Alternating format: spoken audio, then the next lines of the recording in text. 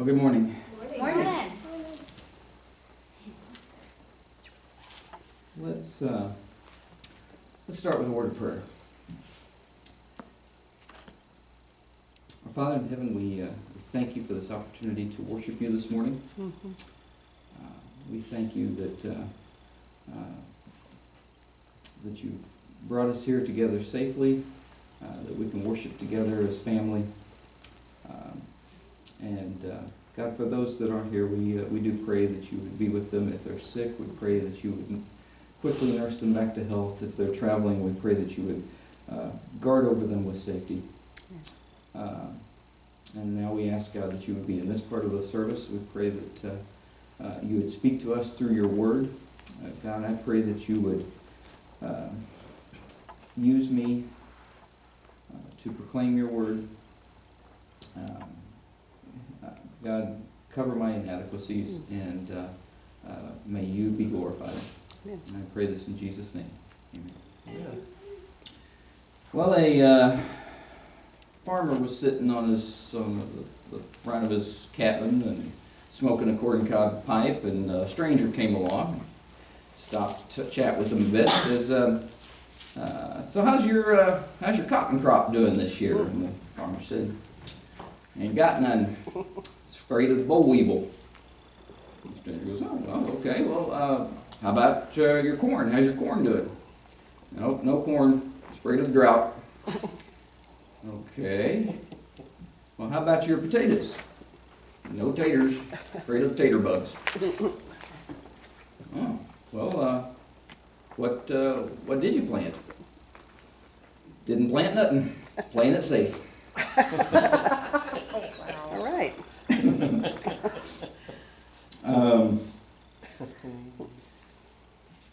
This morning I'm going to try to do three things in this sermon. Two of them are from the two classes that I took this fall semester, one from each of the classes. And the third is to start our new year, to look into our new year. One of the classes that I took was a preaching class. And one of the suggestions, critiques that I received in that was that I was too dependent upon my notes. And not sure that that's true or not, but I'm going to try something this morning. I figure with you all, with my home church family, you will be the most understanding and forgiving, and so this is the place to try. So I'm going to go without notes this morning. If that starts to get rough, they're on that front pew right there, and I will be going to get them. Do I have a stage? We'll see. I forgot my water, by the way. So we'll see how that goes. Thank you. The other class was a leadership class. And one of the things that I got out of that class was the impact that I feel today, and that is the impact that fear can have, which ties us back to our opening joke. Fear of the unknown, fear of change, all of those things make it difficult for a leader to bring about change within a church. And I think we all, or most of us, surely all of us, experience fear. And fear affects the decisions that we make. As I reflect on some of the major decisions of my life, I think that fear has played into some of those, and surely it has for many of you as well. And so we're going to be looking at fear this morning. And then the third thing, this is the last Sunday of the year. This is where I typically find myself on the last Sunday of the year, filling in for our pastor. And I ran out of New Year's resolution sermons. So we're not going to be doing that exactly this morning. But I do want us to look to focus on the year ahead. And so I want us to look at that. We're going to be looking at our text this morning is from the book of Numbers, which may seem like a rather unusual place to go. We're looking at Numbers chapters 13 and 14. And in this text, we find the Israelites on the edge of the wilderness, looking at the promised land ahead. And as you can probably guess, this story doesn't go well for them. And we're going to be looking at that. And what we're going to be seeing is that fear prevents obedience to God. And we're going to see three ways in this text that fear does that. It prevents obedience from God. So look with me. I'm going to read all of chapters 13 and 14. We're not going to touch on all of it exactly, but I want the whole story so that you understand the background to the parts that we are looking at. So read with me. Read along with me if you can. Numbers starting in chapter 13, verse 1 through the end of chapter 14.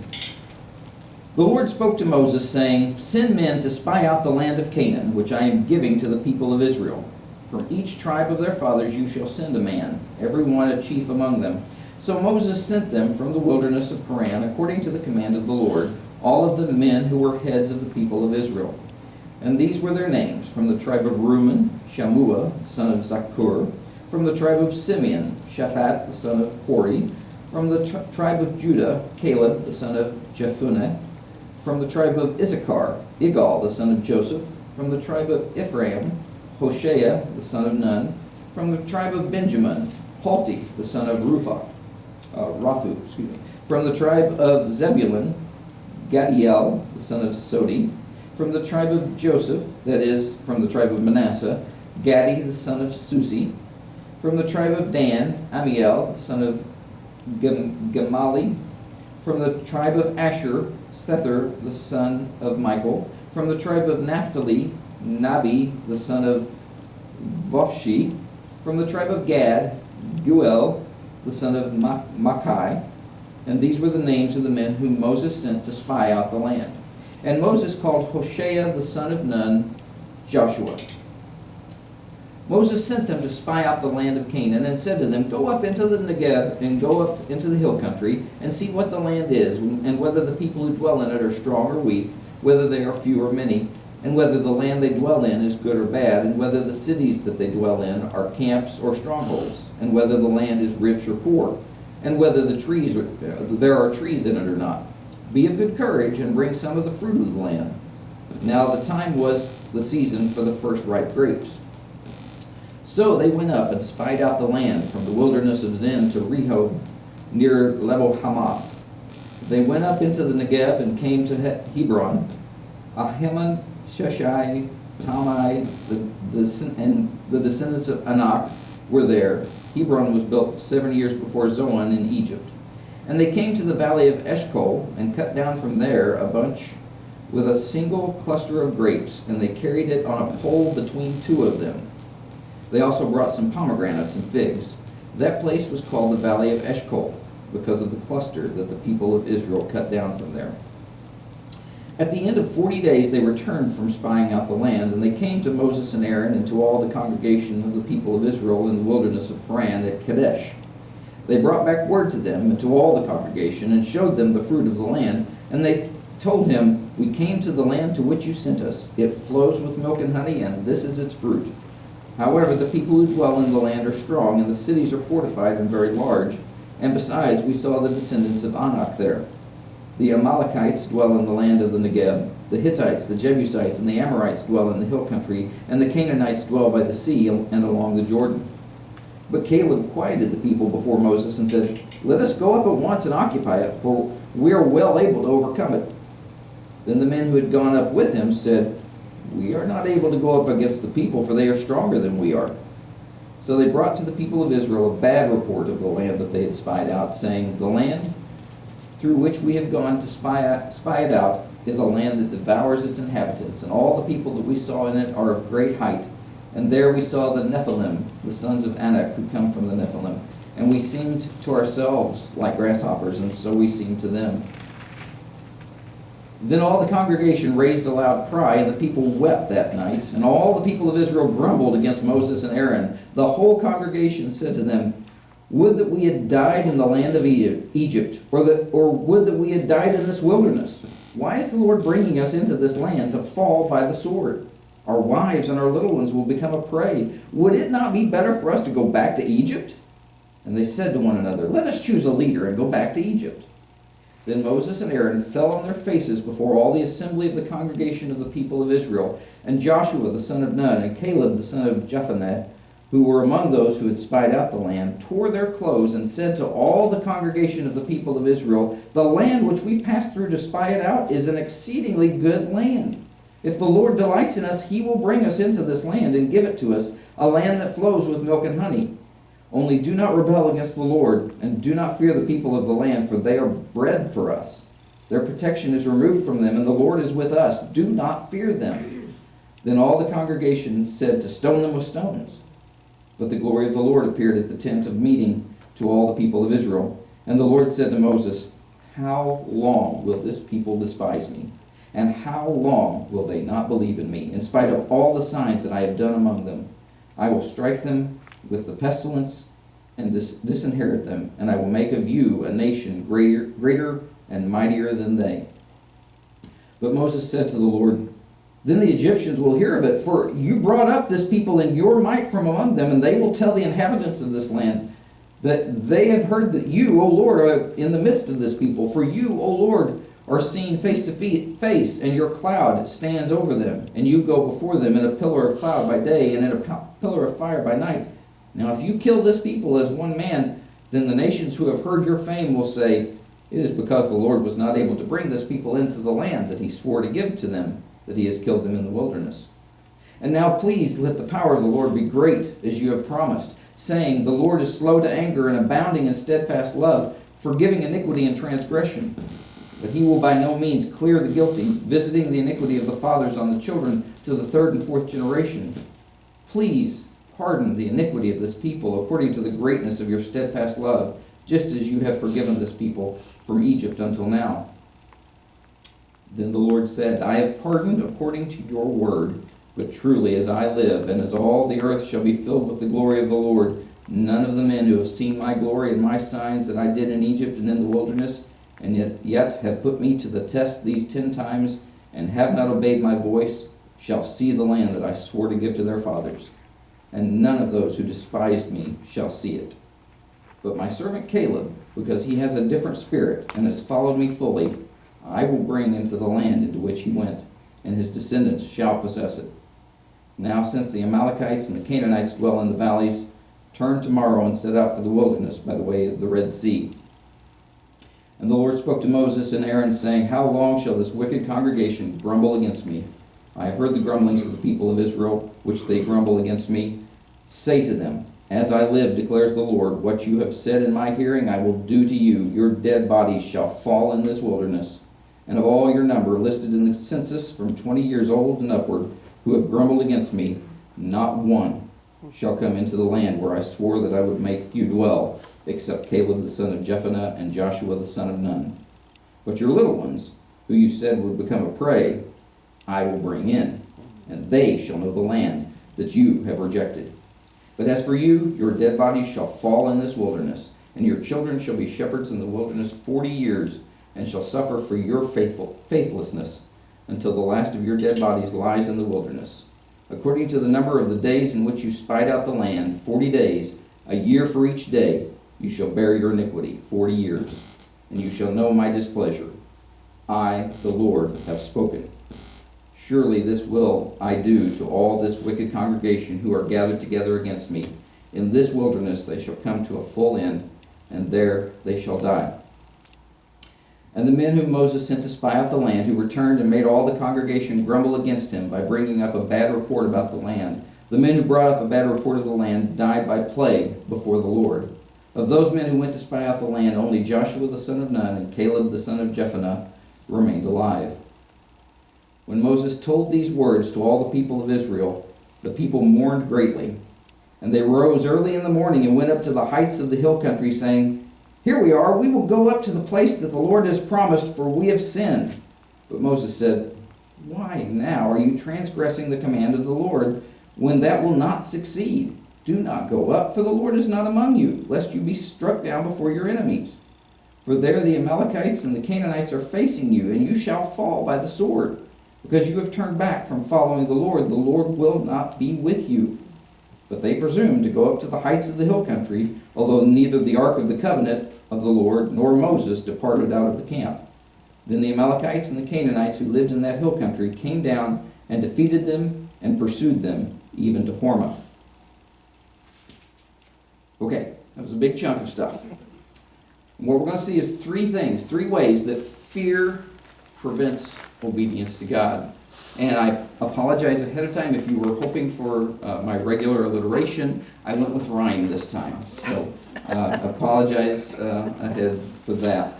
But the first thing we see is that fear brings doubt when you should know. Fear makes you doubt when you should know. Sorry, if I had my notes, I could have said that correctly the first time. Fear makes you doubt when you should know. We see at the beginning here of chapter 13 that Israel is getting ready to send spies or scouts into the promised land.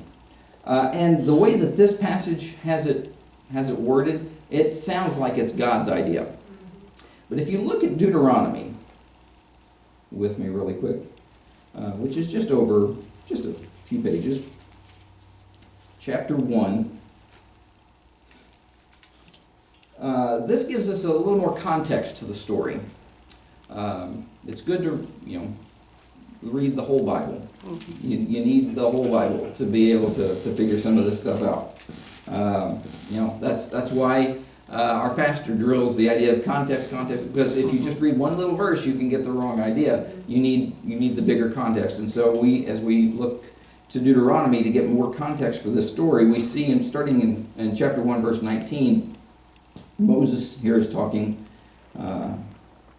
Then we set out from Horeb and went through all that great and terrifying wilderness that you saw on the way to the hill country of the Amorites, as the Lord our God commanded us. And we came to Kadesh Barnea. So that's where we're at. Okay, over here in chapter 13, we're at Kadesh Barnea. We're sitting on the outskirts of the promised land of Canaan at this point. Okay, when we came to Kadesh Barnea, and I said to you, "You have come to the hill country of the Amorites, which the Lord our God is giving us. See, the Lord your God has set the land before you. Go up, take possession, as the Lord, the God of your fathers, has told you. Do not fear or be dismayed." Then all of you came near me and said, "Let us send men before us, that they may explore the land for us and bring us word again of the way by which we must go up and the cities into which we shall come." So it wasn't God's idea to send these spies, these scouts, and I'll use those interchangeably. The text uses spies, but they're both. They're scouting out the land and spying on the enemy. They're both. So I'll use both terms interchangeably. But it wasn't God's idea. It was Israel's. Israel came and said, "Let's scout this out. Let's check it out."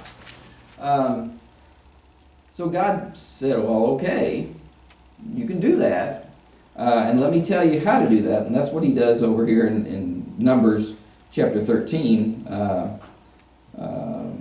verse 2. The Lord spoke to Moses, "Send men to spy out the land of Canaan, for I am giving it to Israel." And he sets the requirements on it. He says, from each tribe, a man from each tribe, a leader from each tribe.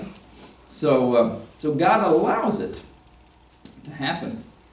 And then we see that in verse 23, back over there in Deuteronomy chapter 1, verse 23, that Moses thinks it's a good idea. He says, the thing seemed good to me, and I took 12 men from you, one man from each tribe.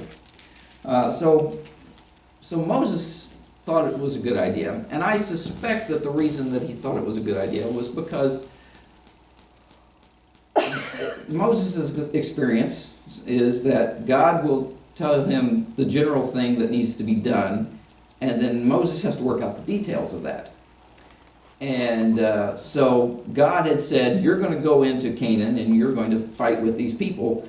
Moses now has to work out the details of what's that going to be like. You know, I've got to fight this people. How many of them? Where are they gathered? So I can set my forces in the right places and things like that. So I suspect that he was probably using it as reconnaissance, basically, for the battle that was to come. So that's probably why he thought it was a good idea. And we see that that God set the restriction of one man from each tribe, a leader within the tribe. These aren't the chieftains of the tribe. Those would be much older men. These would have been leaders within the tribe, but they would have been young men, strong enough to make this trek. Because this trek, as it turns out, they were gone for 40 days, and they were going around a big expanse of land. They basically traveled about 500 miles. Yeah, it was a big trip that they took, and part of that trip involved, well, we'll see here in just a second, that they what they found in the land, and what they found was exactly what God told them they were going to find. They already knew what they were going to find. They already knew the people who inhabited Canaan. They already knew that. We've known that since Genesis. We know who's there. So there's no surprise there. We know that it's a land flowing with milk and honey, and they found this huge cluster of grapes. They suspect that the season that they would have gone out in would have been the early season for grapes ripening, it's thought that this huge cluster of grapes that they had to string, one cluster of grapes they had to string on a pole and carry between two men. And it's thought that the grapes were probably as big as like plums. That's one of the things that I read, that these were huge grapes that they had found, and that they carried back with them to present before Israel. So they knew who was going to be there. They knew what was going to be there. They knew it was going to be full of wonderful things. And then they knew that the city of Hebron was there. The city of Hebron, if you remember from earlier in Genesis, that's where the patriarchs are buried. That's where Abraham and Sarah are buried, Isaac and Rebekah. So they knew that was there. They knew all of this. Before they ever sent spies there, they knew all of this. So why did Israel send spies? Well, the answer really is they were afraid of what was there. They didn't trust God. God told them to just go in and take it. And they said, well, let's check it out first. So they didn't trust God. Fear made them doubt when they should have known. So that's the first thing that we see. And it's fun and easy pickings to pick on Israel because they made a lot of stupid mistakes in their history. And so it's really easy to use them as a bad example. But the Bible has many more bad examples that we can pick from. Moses himself, when God was speaking to him in the burning bush, God speaking to him, and Moses is saying, are you sure you've got the right guy? I don't think you want me to do this. So Moses, right there, his fear of going back into Egypt and trying and leading this group of Israelites in God's place, the fear of that just overwhelmed him, and he doubted God. God, who was speaking to him, he doubted that God knew what he was doing at that point. So that's one of many examples that I could cite. Fear makes us doubt when we should know. The second thing that we see about fear is that fear makes us stop when we should go. As we get the report back, actually we get 2 reports back, kind of like when the Supreme Court issues a decision, you get a majority report and a minority report, and that's kind of what we have here. We see the majority report come out starting in verse 25 of chapter 13, and they talk about, yes, we found the good stuff that is talked about. In fact, here's the grapes and the pomegranates and figs, and here, yeah, all of that's there. But let me tell you, there's a bunch of people. They're big. They're really big, and they're all over the place. And they live in fortified cities. That was one of the things that they went to find out. Are they just out there scattered in tents? Are they no-beds? Or are they living in fortified cities? Do we have to deal with that?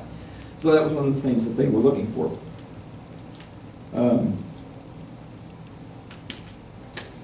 so we get the majority report that is kind of scary. And Caleb pops up here. And the text doesn't mention what Joshua does, but we can assume that Joshua is also with Caleb in what is being said here, based on the fact that these 2 men are separated out as being faithful. So even though the text doesn't mention what Joshua does, I think we can assume that he is right there, probably saying the same things as Caleb. But Caleb pops up and says, yeah, that's all true, but we can take it. We can do this. Let's go. Let's get going. And so there we have the minority report. The majority pops back up and says, did we say big? Because I don't think we told you just how big these people are.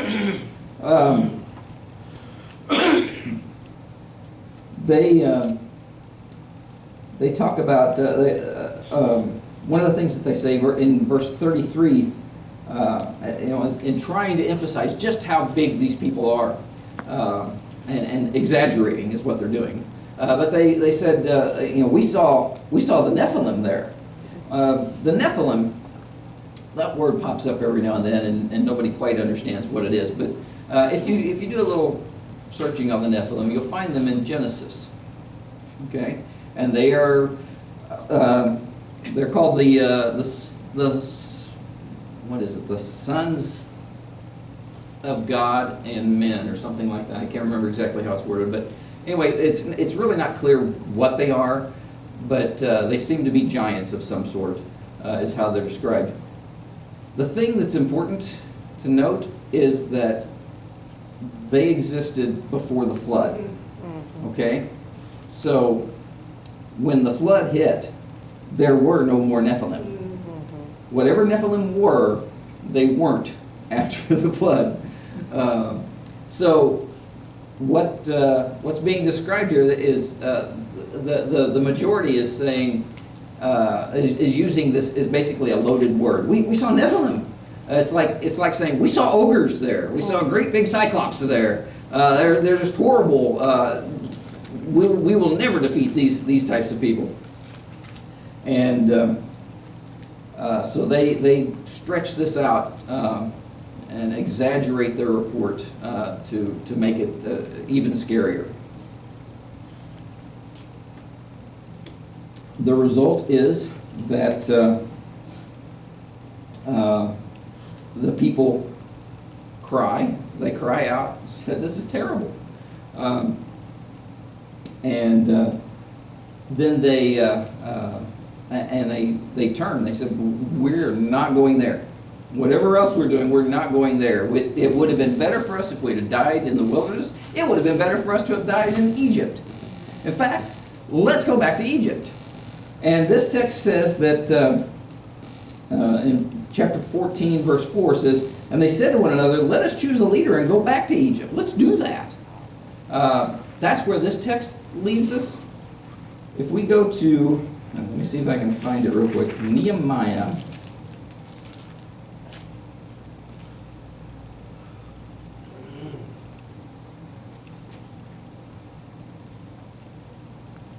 would be one of those times when those tab Bibles would come in handy.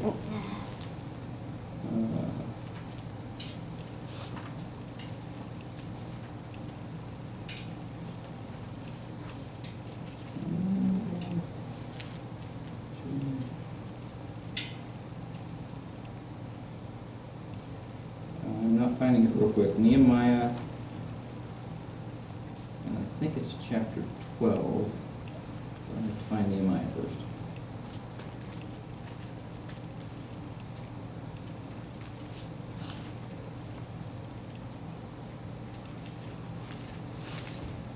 Ah, there we go, Nehemiah.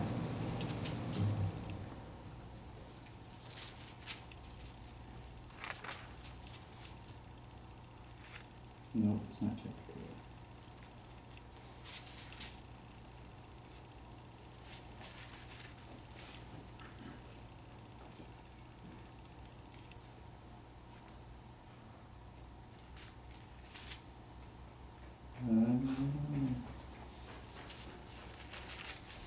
There it is, chapter 9, Nehemiah chapter 9, 16 and 17.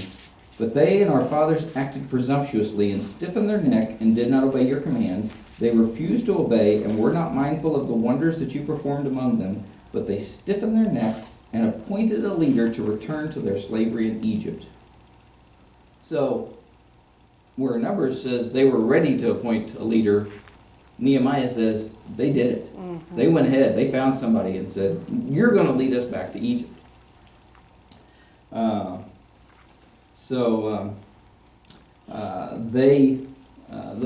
fear had gripped them so much that they turned from the direction that God was pointing them to. And we're not going to go back over it, but what we saw after that as we read through the text was Moses pleading with God because God was ready to wipe them out. If this were a sermon on leadership, we would spend some time here because what Moses did is an incredible example of leadership. He could have had his own family be the new Israel. God could have just wiped out Israel and said, Moses, you're the man, and your family is going to be it. And Moses begged God, no, this is your people, and I'm begging you to forgive them, because I know they messed up. I'm begging you to forgive them and keep them and bring them in to the promised land. And so we go through all of that,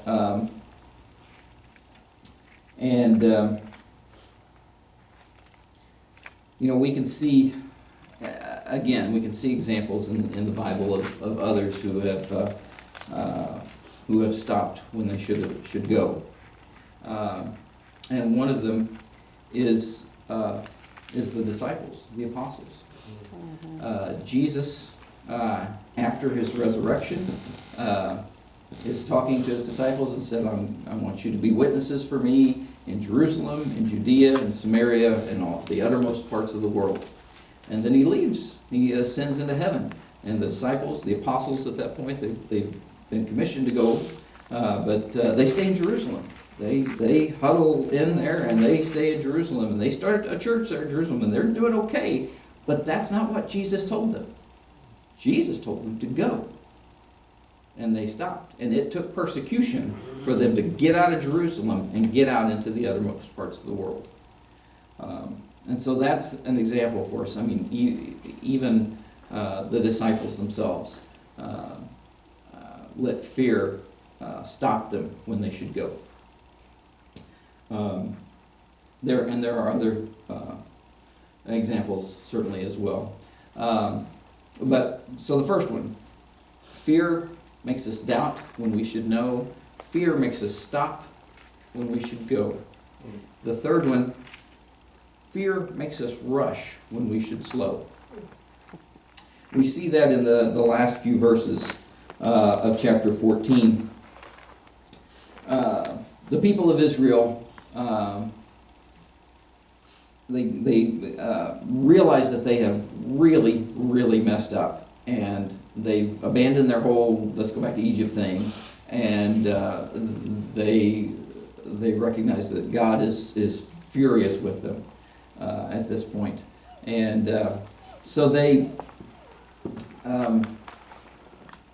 get to thinking, well, we've really messed up. We just need to go and get into the promised land. We just need to get busy with that. And that's because that's what God told us to do from the beginning. So we need to do that. Well, the thing is, God had said, no, that plan has changed. Obedience has a time limit. We have to tell someone in our household on occasion that when we say, when we tell you to do something, we want you to obey right away. Obedience has a time limit. If you're not doing it after a certain time, you're actually disobeying. So that's the case for the Israelites. They have passed that time limit.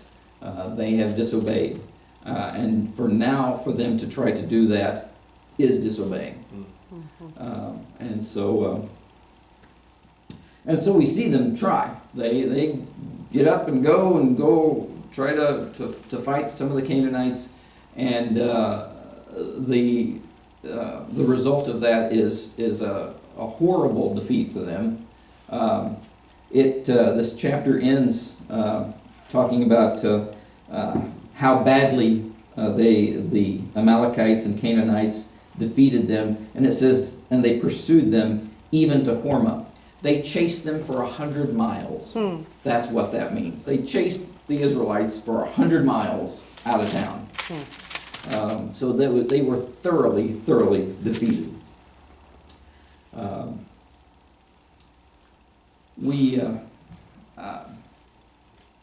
For an example, again,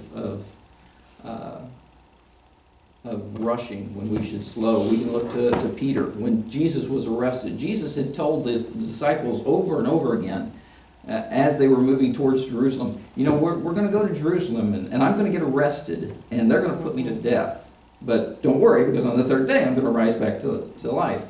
And he had told them this over and over again.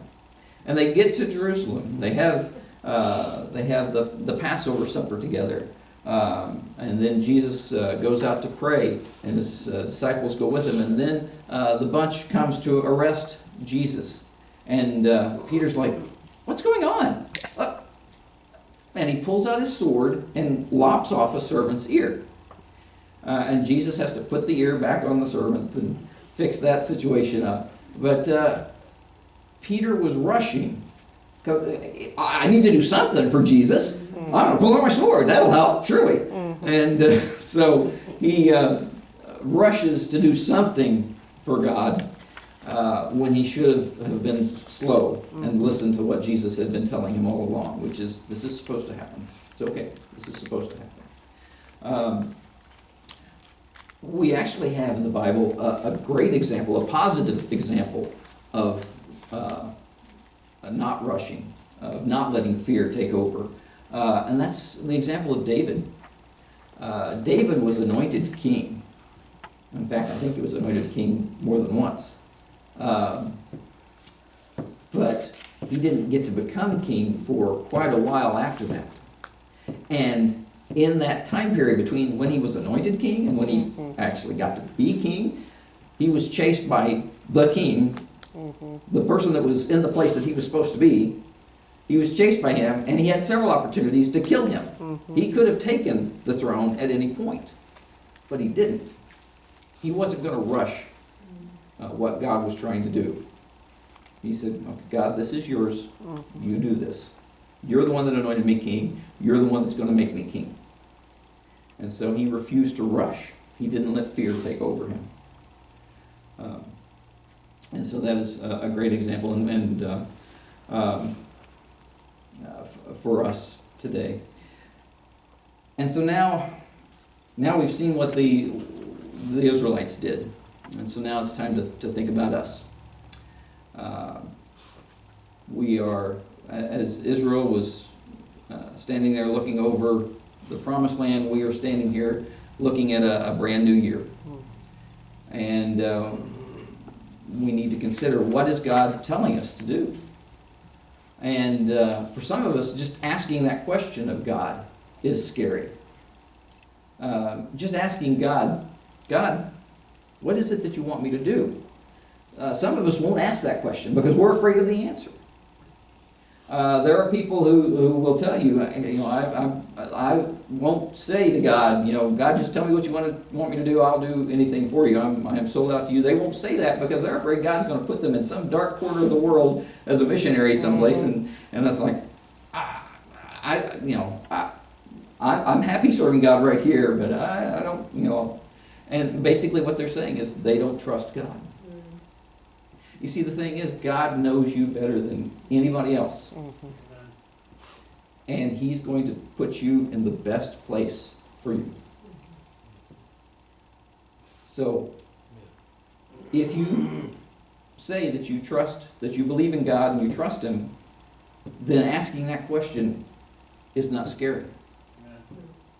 The fear is gone as long as you trust in God. Fear and faith are opposites.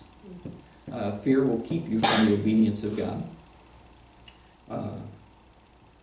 And so, at this point, we now need to consider, as if you're a Christian, what is it that God's telling you to do, and how will you respond to that? God may be saying, I've got something for you to do, and it's going to be really hard.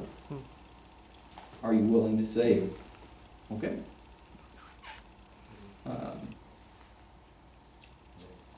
If you're not a Christian,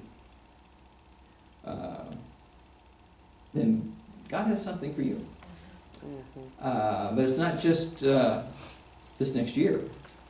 It's your whole life. He has made a way for you to have a life with Him. And it's simple, really, but it's not easy. It's simple in that there's nothing that you have to do. In fact, there's nothing you can do to have that life. Everything that can be done has already been done for you.